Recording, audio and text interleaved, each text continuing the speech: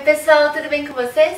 Então, o vídeo dessa semana vai ter um formato um pouco diferente, é um formato que eu pretendo adotar na maioria dos vídeos aqui no Compracapa para tornar os vídeos mais dinâmicos e mais ilustrativos também. Eu espero que vocês gostem, confere aí! Então, hoje eu vou falar dessa série. O nome da série é O Cemitério dos Livros Esquecidos e o autor é o Carlos Ruiz Zafón. Carlos Ruiz Zafón é um espanhol, ele nasceu em Barcelona e, particularmente, eu acho ele um dos melhores autores da atualidade. Então, ele escreveu 4 livros. O primeiro deles ele lançou em 2001 e se chama A Sombra do Vento, e na época fez muito sucesso, vendeu muitas cópias desse livro. Em 2008 ele lançou O Jogo do Anjo, depois em 2011 O Prisioneiro do Céu e em 2016, ano retrasado, saiu O Labirinto dos Espíritos. Eu vou falar então agora um pouco de cada um desses livros para situar vocês. O primeiro então, A Sombra do Vento, é uma história que se passa por volta do ano de 1945 e ele tem alguns personagens principais. O Daniel Semperi, que na época tem só 11 anos, é uma criança. O Sr. Semperi, que é o pai do Daniel.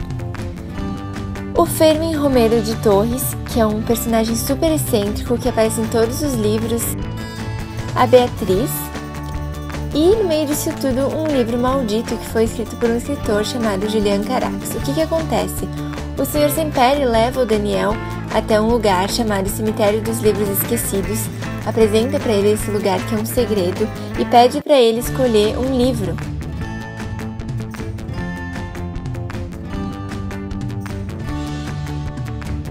Ele escolhe então um livro chamado A Sombra do Vento, só que coisas estranhas começam a acontecer e ele descobre que alguém está tentando destruir todos os exemplares que ainda existem desse livro, e aí começa uma busca dele para resolver esse mistério, e no decorrer dessa história ele vai conhecer uma menina então chamada Beatriz. O segundo a ser lançado então foi O Jogo do Anjo. A história se passa antes da história da Sombra do Vento, em 1917, e tem como personagens principais o David Martin, que é um escritor, o André Corelli. E o André Corelli então encomenda para o David Martin um livro que ele quer fazer para, digamos, lançar uma nova religião. Essa é a ideia desse livro. No decorrer também ele conhece uma menina que se torna meio que aprendiz dele, bem mais jovem, chamada Isabela.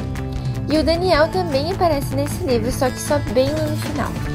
O terceiro livro então se chama O Prisioneiro do Céu. A história se passa em 1957, ou seja, é depois da Sombra do Vento. O Fermín nessa história ganha um protagonismo, ele aparece bastante. O Daniel nessa época já está com 23 anos. Tem um personagem novo chamado Maurício Valls, que é, digamos, quem coordena uma prisão chamada Prisão de Montjuic, que é onde o Fermín passou alguns anos presos. E também nessa história aparece o David Martin, que é aquele escritor que apareceu, que era o protagonista de O Jogo do Anjo. E o último, então, que ele lançou mais recentemente, que é o que eu mais vou falar hoje, que se chama O Labirinto dos Espíritos. E a história abrange um período bem longo, desde lá por 1938 até 1991, passa por várias épocas. Todos os personagens dos livros anteriores voltam a aparecer nessa história e ainda acrescenta mais alguns personagens. E ele arremata todas as histórias de um jeito muito inteligente, muito interessante. Então, como é que acontece? O Labirinto dos Espíritos, então é o nome desse livro. Tem uma personagem nessa história que eu diria que é a protagonista, uma personagem nova que só aparece nesse livro, que se chama Alicia Grease. A Alicia, ela aparece primeiro como uma criança nesse livro, uma criança que o Fermín tem que meio que salvar durante a guerra, que é filha de um amigo dele. E depois ela volta a aparecer adulta como uma, digamos assim, pessoa que é contratada para resolver crimes, uma espécie de detetive, assim. Quem contrata a Alicia é um homem chamado Leandro, que é um homem, assim, bem misterioso, que vai se revelando mais coisas sobre ele, assim, ao longo da história. O mote principal da história é quando o Leandro contrata a Alicia, que vai trabalhar junto com outro policial chamado Vargas. O caso deles é encontrar um ministro da cultura que se chama Maurício Valls e ele está desaparecido há algum tempo. Quando eles vão começar as investigações, eles descobrem na escrivaninha desse ministro um livro que foi uma das últimas coisas com as quais ele teve contato antes de desaparecer. E o nome do livro é O Labirinto dos Espíritos, escrito por um autor chamado Victor Mattachio. Quem mais que aparece nessa história? Toda a família Semperi volta a aparecer em determinada parte da história. O Davi Martin e a Isabela também. Se revela muitas coisas sobre a história deles que não apareceu no outro livro. O Julian Carax também volta a aparecer nessa história, que é um personagem que foi bem presente no primeiro livro, né, A Sombra do Vento. Fernandito, que é um rapaz jovem que é meio que apaixonado pela Alicia. E também tem o Rendaia, que é tipo um policial meio que do mal, assim. A história em si é muito legal, muito interessante.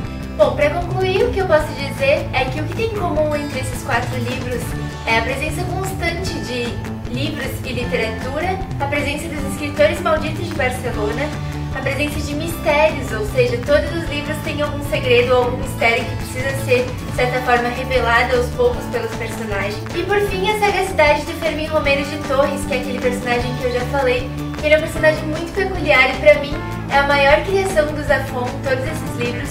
É esse personagem porque ele enriquece muito os diálogos e ele faz a gente pensar sobre muitas coisas e ele filosofa muito, mas de uma forma um pouco informal e um pouco cômica, então é muito legal mesmo esse personagem. O que mais eu posso falar é que o Carlos Ruiz Zafón pra mim é um dos melhores escritores da atualidade, então eu indico muito os livros dele. A linguagem que ele utiliza não é nem simples nem complexa, ela é um meio termo. As palavras são muito bem escolhidas, as frases são muito bem construídas, os diálogos, toda a narrativa é muito legal. É importante dizer também que, apesar das histórias estarem interligadas umas das outras, elas não dependem uma das outras, ou seja, tu pode ler um livro e não ler o outro, que tu vai entender. Tu pode também ler eles fora de ordem, que também vai ser compreensível. Apesar de eu indicar que o último livro ele seja lido depois de todos, porque ele realmente faz uma união dessas histórias. Mas também, se tu ler só o último livro, sem ter lido os outros, tu continua entendendo a história. Eu espero que vocês tenham gostado desse novo formato. Comenta ali embaixo se você gostou, se você tem alguma dica de alguma coisa que pode ser melhorada também, pode comentar. E gostou do vídeo? Dá um like, assiste os outros vídeos do canal bem variados e bem legais. Se inscreve no canal. É isso aí, pessoal. Até o próximo vídeo. Tchau!